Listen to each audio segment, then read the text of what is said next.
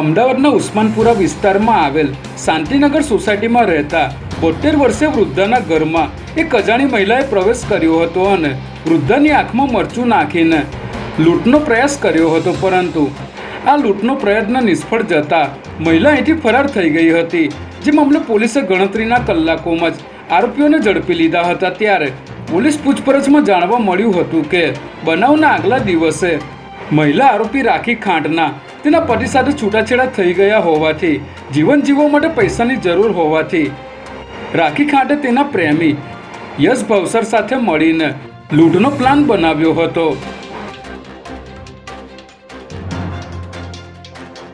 વેજલપુર વિસ્તારમાં આવેલ ગોકુલધામ એપાર્ટમેન્ટના સિક્યુરિટી ગાર્ડની હત્યા કરનાર આરોપીની પોલીસે ધરપકડ કરી છે।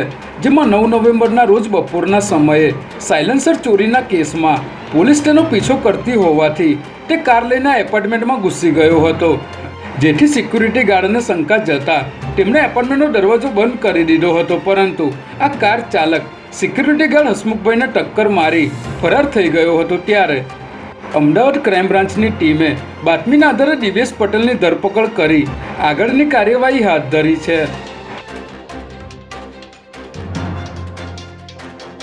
નહેરુનગરના માણેકબાગમાં શાકભાજીના વેપારી પર ફાયરિંગ કરવાના કેસમાં પોલીસે 4 આરોપીઓની ધરપકડ કરી હોવાનું જાણવા મળી રહ્યું છે।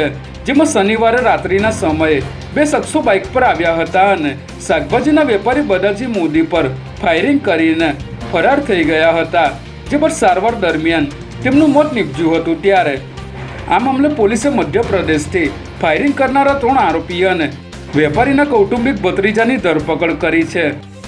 પોલીસ તપાસમાં જાણવા મળ્યું હતું કે 2 કરોડની જમીનના વિવાદને લઈને ભત્રીજાએ કાકાની હત્યાની સોપારી આપી હતી।